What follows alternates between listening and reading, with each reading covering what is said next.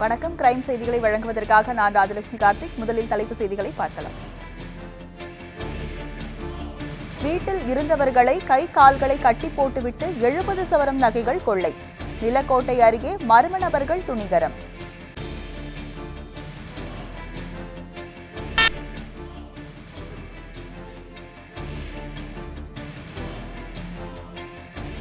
பாட புத்தகங்களை திருப்பித் தரக்கோரி 10ஆம் வகுப்பு மாணவனுக்கு துன்புறுத்தல். மனமுடைந்த மாணவன் விஷம் குடித்து தற்கொலை செய்து கொண்டதால் பரபரப்பு. சென்னை விமான நிலையத்தில் 20 கோடி ரூபாய் மதிப்புள்ள ஹெராயின் போதைப்பொருள் பறிமுதல். பிடிபட்ட நபரிடம் சுங்கத்துறை அதிகாரிகள் தீவிர விசாரணை. சேலத்தில் பெற்ற மகளை கொடூரமாக தாக்கிய தாயை சுற்றி வளைத்த பொதுமக்கள். ரத்த காயங்களுடன் மீட்கப்பட்ட சிறுமிக்கு மருத்துவமனையில் தீவிர சிகிச்சை.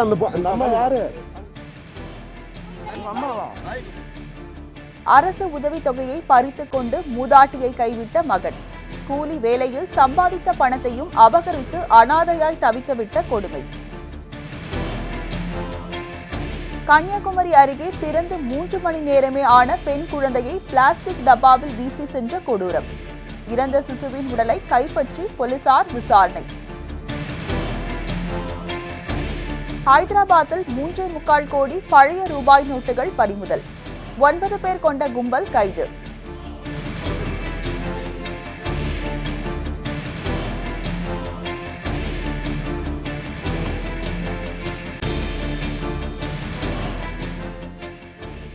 இனி தொடர்ந்து செய்திகளை விரிவாக பார்க்கலாம். திண்டுக்கல் மாவட்டம் நிலக்கோட்டை அருகே வீட்டில் இருந்தவர்களை கயிற்றால் கை கால்களை கட்டி போட்டுவிட்டு 70 பவுன் நகைகள், 2.5 லட்சம் ரூபாய் பணம் ஆகியவற்றை கொள்ளையடித்து சென்றது பரபரப்பை ஏற்படுத்தியுள்ளது. திண்டுக்கல் மாவட்டத்தை சேர்ந்த நிலக்கோட்டை அருகே பள்ளப்பட்டியை சேர்ந்த ராஜாராம் வீட்டில் அவரும் அவரது மனைவியும் இருந்தனர். அவர்களின் மகன் செந்தில்குமார் தனது மனைவி மற்றும் பிள்ளைகளுடன் வெளியூர் சென்று விட்டார். அந்த சமயத்தில் 8 பேர் கொண்ட கொள்ளை கும்பல் கத்தி அரிவாளுடன் ராஜாராமின் வீட்டிற்குள் புகுந்தனர். ராஜாராமையும் அவரது மனைவியையும் கயிற்றால் கை கால்களை கட்டி போட்டுவிட்டு வீட்டில் இருந்த 70 பவுன் நகைகள், 2.5 லட்சம் ரூபாய் பணம் ஆகியவற்றை கொள்ளையடித்து சென்றனர். இதுகுறித்து தகவல் அறிந்த நிலக்கோட்டை காவல்துறை கண்காணிப்பாளர் கார்த்திகேயன் தலைமையில் அம்மை நாயக்கனூர் ஆய்வாளர் சுரேஷ்குமார் ஆகியோர் விரைந்து வந்து விசாரணை நடத்தினர்.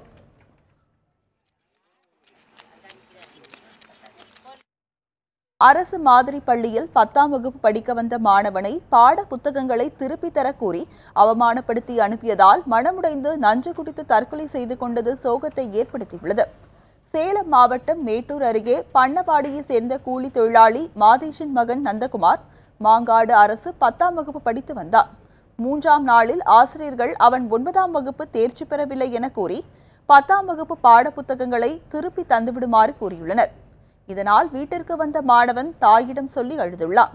வேறு பள்ளியில் படிக்க சேர்த்து விடலாம் என்றிருந்த நிலையத்தில் மனமுடைந்த மாணவன் பூச்சிக்கொல்லி மருந்தை குடித்துவிட்டான். இதை அறிந்த பெற்றோர் மாணவன் நந்தகுமாருக்கு கொளத்தூர் தனியார் மருத்துவமனையில் முதலுதவி சிகிச்சை அளித்த பின் ஓமலூரில் உள்ள தனியார் மருத்துவமனையில் சிகிச்சைக்கு சேர்த்தனர். இந்நிலையில் சிகிச்சை பலனளிக்காமல் மாணவன் உயிரிழந்தார்.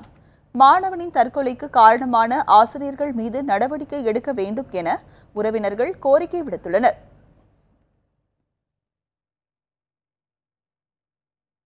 சென்னை புழல் அருகே தனியார் நிறுவன காவலாளி வீட்டின் பூட்டை உடைத்த கொள்ளையர்கள் 25 பவுன் நகைகள், 50,000 ரூபாய் பணம் ஆகியவற்றை கொள்ளையடித்து சென்றனர். புழல் லட்சுமிபுரத்தை சேர்ந்த சீதாபதி தனியார் நிறுவனத்தில் காவலாளியாக உள்ளார். இவர் வழக்கம் போல் வேலைக்கு சென்ற நேரத்தில் இவரது மனைவியும் உறவினர் திருமண விழாவிற்கு வீட்டை பூட்டிவிட்டு சென்று விட்டார்.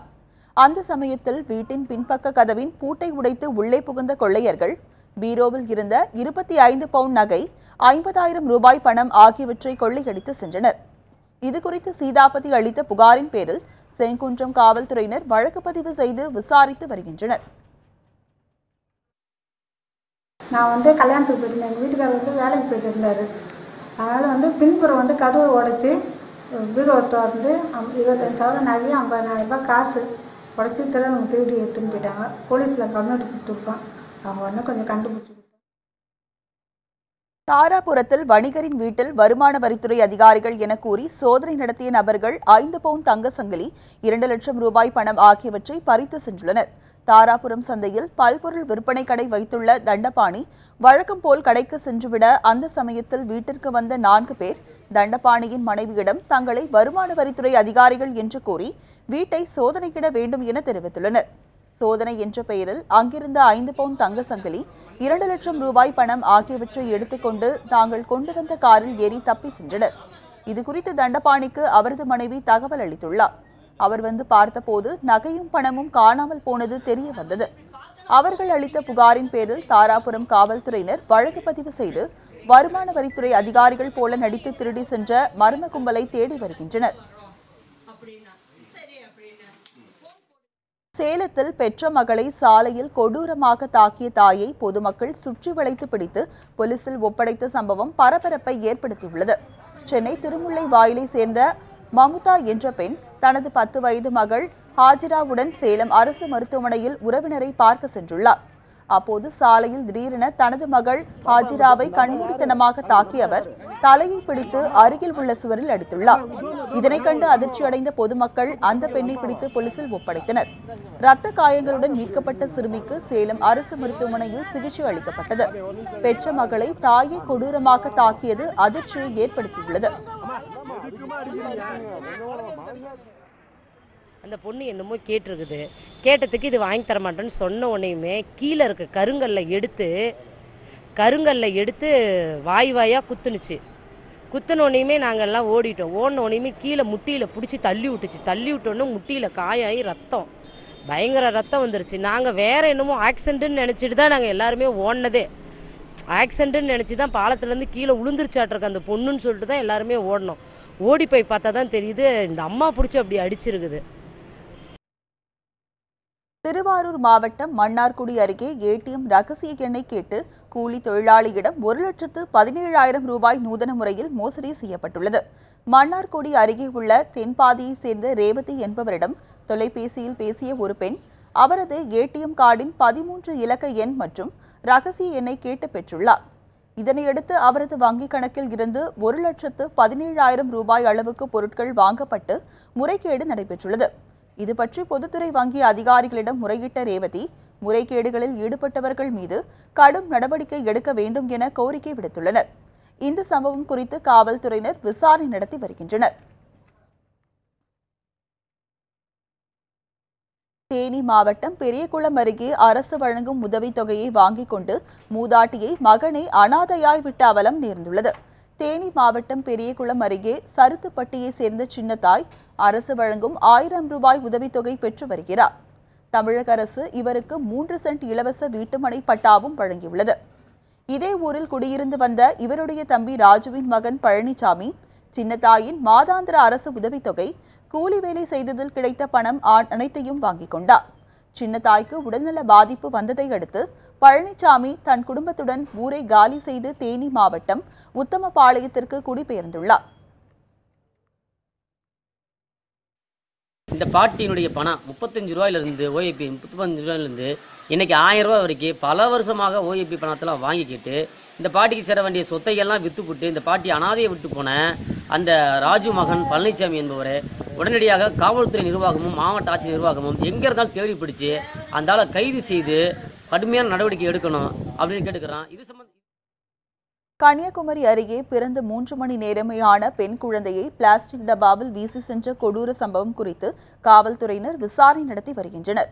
கன்னியாகுமரி மாவட்டம் பைங்குளம் கிராமத்தில் இன்று அதிகாலை ஊரின் எல்லைப் பகுதியில் பச்சிளம் குழந்தை ஒன்று பிளாஸ்டிக் டப்பாவில் சடலமாக கிடப்பதாக காவல்துறைக்கு தகவல் கிடைத்தது. இதன் பேரில் சம்பவ இடத்திற்கு விரைந்து சென்ற காவல்துறையினர் சிசுவை கைப்பற்றி குழித்துறை அரசு மருத்துவமனைக்கு உடற்கூறு ஆய்வுக்காக அனுப்பி வைத்தனர். முதற்கட்ட விசாரணையில் அக்குழந்தை பிறந்து 3 மணி நேரமே ஆனது தெரிய வந்தது. இதனையடுத்து கள்ள தொடர்பில் பிறந்த குழந்தையா அல்லது பெண் குழந்தை என்பதால் கொலை செய்து வீசி சென்றார்களா என்ற கோணத்தில் போலீசார் வழக்கு பதிவு செய்து விசாரணை நடத்தி வருகின்றனர். திருவள்ளூர் மாவட்டம் பொன்னேரியில் மருத்துவர் என கூறி வந்த பெண்ணை சுகாதாரத்துறையினர் பிடித்து காவல்துறையினரிடம் ஒப்படைத்தனர். திருவள்ளூர் மாவட்டம் பொன்னேரியில் பிஎஸ் என்ற பெயரில் பெண் ஒருவர் கிளினிக் நடத்தி வருவதாக பொதுமக்கள் புகார் அளித்தனர். இதன் பேரில் சுகாதாரத்துறை இணை இயக்குநர் தயாளன் தலைமையிலான குழுவினர் கிளினிக்கில் சோதனை மேற்கொண்டனர். அங்கு மருத்துவம் பார்த்த சோபனா என்பவரிடம் விசாரித்த போது அவர் கேரளத்தில் நர்சிங் படித்ததாக கூறி சிகிச்சை அளித்தது தெரிய வந்தது. இதையடுத்து அவரை பிடித்த பொன்னேரி காவல் நிலையத்தில் ஒப்படைத்தனர். திருத்தணி அருகே திருமணமாகி 5 நாளில் புதுப்பெண் தூக்கிட்டு தற்கொலை செய்து கொண்டுள்ளது அதிர்ச்சியை ஏற்படுத்தியுள்ளது. திருத்தணி அருகே திருமணமாகி 5 நாளில் புதுப்பெண் தூக்கிட்டு தற்கொலை செய்து கொண்டுள்ளது அதிர்ச்சியை ஏற்படுத்தியுள்ளது. திருவள்ளூர் மாவட்டம் திருத்தணி அடுத்த செருக்கனூர் பகுதியைச் சேர்ந்தவர் பாஸ்கர். இவருக்கும் வேலூர் மாவட்டம் மேட்டுக்குன்னத்தூர் பகுதியைச் சேர்ந்த பழனி என்பவரின் மகள் பத்மாவுக்கும் கடந்த 5ஆம் தேதி திருமணம் நடந்துள்ளது. திருத்தணி அடுத்த கேஜி கண்டிகையில் திருமணம் நடைபெற்றதை அடுத்து நேற்று முன்தினம் புதுமண தம்பதிகள் இருவரும் செருக்கனூரில் உள்ள மணமகன் வீட்டுக்கு சென்றுள்ளனர்.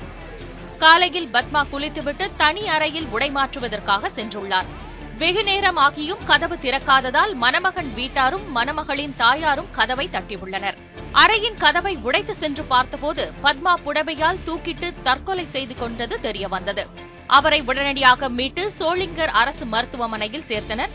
அங்கு பத்மா இறந்துவிட்டதாக மருத்துவர்கள் கூறியதை அடுத்து போலீசார் விசாரணை நடத்தி வருகின்றனர். திருத்தணி வருவாய் கோட்டாட்சியர் சம்பவ இடத்திற்கு சென்று விசாரணையை நடத்தினார். திருமணமாகி 5 நாட்களே ஆன நிலையில் புதுமண பெண் தற்கொலை செய்து கொண்டது அதிர்ச்சியை ஏற்படுத்தியுள்ளது. சென்னையில் மூதாட்டிகளை குறிவைத்து நகைகளை கொள்ளையடிக்கும் ஈரானிய கும்பலை பிடிக்க போலீசார் தனிப்படை அமைத்துள்ளனர். குடியிருப்புகளில் தனியாக உள்ள முதியோர் எச்சரிக்கையாக இருக்கவும் காவல்துறையினர் அறிவுறுத்தியுள்ளனர். இதுகுறித்த செய்தி தொகுப்பை காணலாம். சென்னை விருகம்பாக்கம் பகுதியைச் சேர்ந்த பத்மாவதி அபுசாலி தெருவில் துணிக்கடை வைத்துள்ளார். அவரிடம் துணி வாங்குவது போல் நடித்து 2 வடமாநில இளைஞர்கள் 15 சவரன் நகைகளை கொள்ளையடித்துச் சென்றது பரபரப்பை ஏற்படுத்தியது. இதுகுறித்து விருகம்பாக்கம் போலீசார் விசாரணை நடத்தி வரும் நிலையில் பணத்தை கொடுப்பது போல் நடித்து தன்னை மயக்கமடையச் செய்து நகையை கொள்ளையடித்துச் சென்றதாக சம்பவத்தை நினைவு கூறுகிறார் பத்மாவதி. 189 என்ன பண்ணால் 200 கொடுத்தான். 200 கொடுக்கும்போது இப்படி வலிச்சுக்கிட்டு கொடுத்தான். அதுக்கு நான் கத்துனேன், அசிங்கமாக இல்லை கையை பிடிச்சி வலிச்சு கொடுக்குறிய அப்படின்னு. சாரி மேடம்னா முதல்ல கிளம்பு, இந்த 20 ரூபா தரேன்னு அந்த 200 ரூபாய் கொண்ட ட்ராவில் போட்டு 20 ரூபா இப்படி ட்ராவை திறந்தபடியே வச்சுட்டு 20 ரூபா கொடுத்தாங்க. இப்படி 20 ரூபா கொடுத்தபடியே இப்படி தான் அவன் கை தொடக்கூடாதுன்ட்டு நம்ம இப்படி கொடுத்தேன்னு பாருங்க, அப்படியே தான் என் கை கொஞ்சம் நேரம் நிற்கிது. அதுக்கப்புறம் என்ன நடந்ததுன்னு எனக்கு தெரியல. இதே போன்று சவுகார்பேட்டையைச் சேர்ந்த சுந்தரிபாய் என்ற மூதாட்டியிடம் 6 சவரன் தங்க நகையை இளைஞர் ஒருவர் கொள்ளையடித்துச் சென்றார். தொழில் தொடங்குவதாக கூறி ஆசிர்வாதம் வாங்குவது போல் நடித்து மூதாட்டியை மயக்கமடையச் செய்து நகையை சுருட்டிச் சென்றது தெரிய வந்தது. இதுகுறித்து 7 கிணறு போலீசார் விசாரணை நடத்தி வந்த நிலையில் கடந்த மாதத்தில் சாலையில் நடந்து சென்ற 4 மூதாட்டிகளின் கவனத்தை திசை திருப்பி 37 சவரன் தங்க நகைகள் கொள்ளையடிக்கப்பட்டுள்ளது. இந்த சம்பவங்களில் ஈரானிய கொள்ளையர்கள் ஈடுபட்டது தெரிய வந்ததை அடுத்து போலீசார் தனிப்படை அமைத்து தேடி வருகின்றனர். மேலும் குடியிருப்புகளில் தனியாக இருக்கும் மூதாட்டிகள் எச்சரிக்கையுடன் இருக்குமாறும் காவல்துறையினர் அறிவுறுத்தியுள்ளனர். தனியாக இருக்கிற லேடிஸ் யார் வந்தாலும் இப்போ எடுத்த உடனேயே நமக்கு சம்மந்தம் இல்லாது அப்படின்னா அவங்கள போக சொல்லிடணும். இது இன்னும் பிஸ்னஸ் பண்ண வந்தவங்க மாதிரி பண்ணியிருக்கிறாங்க. அதனால் இந்த அம்மாவில் ஒன்றும் தவிர்க்க முடியவில்லைன்னு தெரியுது. இருந்தாலும் இனிமேல் பொதுவாகவே காவல்துறை நம்ம எல்லாம் இன்ஸ்ட்ரக்ஷன் கொடுத்துருக்குறோம். தனியாக இருக்கிற லேடிஸு யாரையும் என்டர்டெயின் பண்ண தண்ணி கேட்டு வந்தோ இல்லை இது கேஸ் கனெக்ஷனுக்கு வந்திருக்கிறேன், எலக்ட்ரிசிட்டி ரீடிங் எடுக்க வந்திருக்கேன் அப்படின்னு எந்த இதை காரணத்துக்காக சொல்லிட்டு வந்தாலும் அவங்கள உள்ளே அனுப்பக்கூடாதுன்னு நம்ம சொல்லியிருக்கோம். சென்னையில் சமீப காலமாக நடந்த கொள்ளைச் சம்பவங்களில் அதிக அளவில் ஈரானிய கொள்ளையர்கள் ஈடுபட்டிருப்பது தெரிய வந்துள்ளது.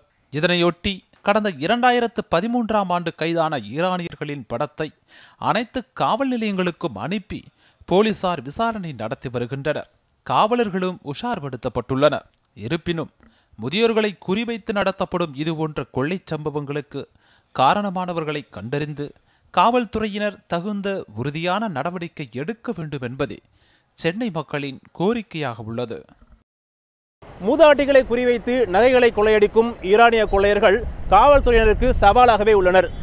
கொள்ளையடிப்பதில் புது புது யுக்திகளை கையாண்டு வரும் ஈரானிய கொள்ளையர்களை பிடிப்பதில் காவல்துறையினர் முழு முனைப்போடு செயல்பட வேண்டும் என்பதே அனைவரின் எதிர்பார்ப்பாக உள்ளது. நியூஸ் 7 தமிழுக்காக ஒளிப்பதிவாளர் சூர்யாவுடன் மணிகண்டன். சென்னை விமான நிலையத்தில் 20 கோடி ரூபாய் மதிப்புள்ள ஹெராயின் போதைப் பொருளை சுங்கத்துறை அதிகாரிகள் பறிமுதல் செய்துள்ளனர். சென்னை விமான நிலையத்தில் 20 கோடி ரூபாய் மதிப்புள்ள ஹெராயின் போதைப் பொருளை சுங்கத்துறை அதிகாரிகள் பறிமுதல் செய்துள்ளனர். சென்னையில் இருந்து அபுதாபிக்கு அதிகாலையில் புறப்பட்டு சென்ற விமானத்தில் போதைப் பொருள் கடத்தப்படுவதாக சுங்கத்துறை அதிகாரிகளுக்கு ரகசிய தகவல் கிடைத்துள்ளது. இதனையடுத்து புறப்பட தயாராக இருந்த விமானத்தில் சுங்கத்துறை அதிகாரிகள் சோதனை நடத்தினர். மேலும் பயணிகள் உடைமைகளையும் அதிகாரிகள் சோதித்தனர். அப்போது தென்னாப்பிரிக்காவை சேர்ந்த ஜோகன் என்பவரின் சூட்கேஸில் 2 கிலோ ஹெராயின் போதைப் பொருள் இருப்பது தெரியவந்தது. இதனையடுத்து போதைப் பொருளை பறிமுதல் செய்த போலீசார் ஜோகனை கைது செய்தனர். பறிமுதல் செய்யப்பட்ட ஹெராயின் போதைப் பொருளின் சர்வதேச மதிப்பு 20 கோடி ரூபாய் என கூறப்படுகிறது. பறிமுதல் செய்யப்பட்ட ஹெராயினை அதிகாரிகள் ஆய்வுக்கு அனுப்பிய பின்பு ஜோகனிடம் விசாரணை நடத்தி வருகின்றனர். சர்வதேச கடத்தல் கும்பலை சேர்ந்த ஜோகன் ஏற்கனவே போதைப் பொருள் கடத்தியதாக 2 முறை கைது செய்யப்பட்டுள்ளது குறிப்பிடத்தக்கது. மயிலாடுதுறையில் திருமணமான 18 மாதத்தில் இளம்பெண் தூக்கிட்டு தற்கொலை செய்து கொண்ட சம்பவம் குறித்து வருவாய் கோட்டாட்சியர் விசாரணை நடத்தி வருகின்றனர். நாகை மாவட்டம் மயிலாடுதுறை அருகே உள்ள சேத்திரபாலபுரத்தை சேர்ந்த பிரேமானந்தம் மீனாட்சி என்ற பெண்ணுக்கும் கடந்த 18 மாதங்களுக்கு முன்பு திருமணம் நடைபெற்றது. துஷ்யந்த் என்ற 5 மாத ஆண் குழந்தை உள்ளது. இந்நிலையில் நேற்று மாலை மீனாட்சி சேத்திரபாலபுரத்தில் உள்ள தனது கணவர் வீட்டில் சேலையால் தூக்கிட்டு தற்கொலை செய்து கொண்டுள்ளார். இந்த சம்பவம் தொடர்பாக காவல்துறையினர் விசாரணை நடத்தி வருகின்றனர். உயிரிழந்த இளம்பெண் வரதட்சணை தொல்லையால் தற்கொலை செய்து கொண்டாரா என மயிலாடுதுறை வருவாய் கோட்டாட்சியர் சந்திரன் விசாரணை நடத்தி வருகின்றனர். பரமக்குடி அருகே கணவனின் தகாத உறவை கண்டித்ததற்காக மனைவியை கணவன் கழுத்தறுத்து கொலை செய்த சம்பவம் அதிர்ச்சியை ஏற்படுத்தியுள்ளது. ராமநாதபுரம் மாவட்டம் பரமக்குடி அருகே உள்ள கலையூர் கிராமத்தைச் சேர்ந்தவர் சிங்காரா. இவர் கூலி வேலை செய்து வந்தார். இவருடைய மனைவி ரஞ்சிதம். இவர்களுக்கு திருமணமாகி 20 ஆண்டுகளான நிலையில் குழந்தை பேறு இல்லை என கூறப்படுகிறது. இதனை காரணம் காட்டி சிங்காரம் பல பெண்களுடன் தொடர்பு வைத்திருந்ததாகவும் கூறப்படுகிறது. இதனால் கணவன் மனைவி இடையே நாள்தோறும் பிரச்சனைகள் எழுந்துள்ளது. இதனையொட்டி ரஞ்சிதத்தை தினமும் சிங்காரம் அடித்து துன்புறுத்தி வந்துள்ளார். வாழாம வச்சிருந்துட்டு ஏச்சு பறிச்சு எல்லாத்தையும் பறிச்சு தின்று விட்டு இப்படியே வச்சுட்டேன். அங்கே போய் ஊரில் போய் கேட்டதுக்கு அவங்க கூப்பிட்டு அடிச்சு வச்சு வாழ்றியா என்னடா அப்படின்னு சொன்னதுக்கு நான் வாழ்றோம்னு தான் சொன்னேன். வாழ்றோம்னு சொல்லிட்டு எல்லாத்தையும் வச்சு பணச்சட்டியிலாட்டு மருக அள்ளியாந்து மருக வந்துருச்சு. வந்ததுனால மிச்சம் பண்ணி நாங்கள் எல்லாம் கலட்டி அவன் காட்டில் வீட்டுக்குள்ளேயே போட்டு கொலை அறுத்து செஞ்சு பக்கத்தில் ரோடு அது ஓரத்தில் போட்டேன். ஆள் அண்டாத இடத்துல இருக்காங்க. ஊர் அண்டாத இடத்துல இருக்காங்க. ஊர் அண்டாத இடத்துல இருந்ததுல இந்த வேலையை செஞ்சு விட்டேன். இந்நிலையில் வேறு பெண்ணை திருமணம் செய்துள்ளதாக ரஞ்சிதத்திடம் தெரிவித்த சிங்காரம் ரஞ்சிதத்தை வீட்டை விட்டு அடித்து விரட்டியிருக்கிறார். சிங்காரத்தின் கொடுமைகளை தாங்கிக் கொண்ட ரஞ்சிதம் அவருடனே இருந்து வந்துள்ளார். இதனிடையே கடந்த 4ஆம் தேதி 2ஆம் திருமணம் செய்த பெண்ணை விரட்டி விட்டதாகவும் நாம் இருவரும் இனி பிரச்சனை இல்லாமல் சந்தோஷமாக வாழலாம் எனவும் சிங்காரம் கூறியிருக்கிறார். இதனை நம்பிய ரஞ்சிதம் சிங்காரத்துடன் இருந்துள்ளார். அதுலேயும் கொண்டு ஒருத்தரை கூட்டி கொண்டாந்து வச்சு எங்களை கல்யாணம் முடிச்சு எங்களை இருக்கையிலே எங்கள் அக்கா இருக்கையிலே கல்யாணம் முடிச்சு வச்சிருந்து அதுலேயும் மீண்டும் மீண்டும் தெரியாமல் எங்கள் அண்ணன் போய் ஆள் கூட்டி போய் பஞ்சை வச்சு கேட்டதுக்கு அவள் சும்மா அந்த இருக்காண்டு இல்லைன்னு சொல்லி அனுமதிச்சு பேசி அது தனியாகவே இருந்துச்சு. அவளை அடிச்சு விரட்டிட்டு திருப்பி எங்கள் அக்காவில் கூட்டி கொண்டு உதம்பர வீடாக இருக்குமோ கொண்டு வச்சு நைட்டில் நல்ல விடிய வச்சாங்க. சாப்பிட்டு தூங்கினக்குள்ள எப்படி அடிச்சு கொண்டாங்கன்னு இதை நல்ல போடையில் அடிச்சு கொண்டு. இந்நிலையில் கடந்த 4ஆம் தேதி தன்னுடைய மனைவியை நகைக்காக யாரோ கொலை செய்து விட்டதாக கிராம மக்களிடம் சிங்காரம் தெரிவித்துள்ளார். மேலும் கண்ணீர் விட்டு கதறி அழுதுள்ளார். இதனால் சந்தேகமடைந்த போலீசார் அவரிடம் விசாரணை நடத்தினர். போலீசாரின் விசாரணையில் திடுக்கிடும் பல தகவல்கள் வெளியானது. 10 வருஷம் தான் வச்சு வாழ்ந்தேன். ஒரு கிளடியை கூட்டியாந்து வச்சுக்கிட்டேன். ஆத்தாதான் வீட்டுக்கு காரணம். அவளை அண்ணன் மகன் கூட்டியாந்து தனியாக கொண்டு வயக்காட்டில் கொண்டு ஒரு ஆள் இல்லாத காட்டில் கொண்டு வச்சுட்டேன். வச்சு இருந்து நாங்கள் இங்கிருந்து எல்லாரும் பஞ்சாயத்து போய் கிராமத்தில் பஞ்சாயம் வச்சு கேட்டதுக்கு நான் சும்மா அவளை சேர்த்து வச்சிருக்கோம்ட்டு கிராமத்துக்காரங்க சொன்னாங்க. வாடின்னு கூப்பிடுறதுக்கு இங்கே நான் வரமாட்டேன், இந்த கலையூர்லேயே தான் எனக்கு இருப்பேன் அப்படின்னு சொல்லி ஒருத்தர் அடுத்த வீட்டுக்காரங்க வீடு கொடுத்து அடைக்கலமாக வச்சுருந்தாங்க. அவள் ஆடு மாடு எல்லாத்தையும் அள்ளிக்கிட்டு கைப்பற்றிக்கிட்டு அவள் ஓடுனா பரட்டு இவளை வந்து நீங்கள் வா நீ தாலி ஒட்டவன் நீ அவள் நூல் தான் போட்டவன்ட்டு அவளை வந்து கூட்டிக்கிட்டு போயிட்டேன். நெடுநாளும் இம்சு பண்ணி நான் ஒன்று கூட்டிகிட்டு போய் 2 பேரும் நல்லா சந்தோஷமா இருந்து வாழ்றோம்ட்டு இருந்து 1 மணிக்கு கொண்டு விட்டாங்க. சிங்காரத்தின் கள்ளக்காதலுக்கு ரஞ்சிதம் எதிர்ப்பு தெரிவித்ததால் அவரை கொலை செய்தது தெரிய வந்தது. கட்டையால் அடித்தும் கழுத்தை இறுக்கியும் கொலை செய்ததை சிங்காரம் ஒப்புக்கொண்டார். மக்களை நம்ப வைப்பதற்காக நகைக்காக கொலை நடந்தது போல் நடித்ததாகவும் தெரிவித்துள்ளார்.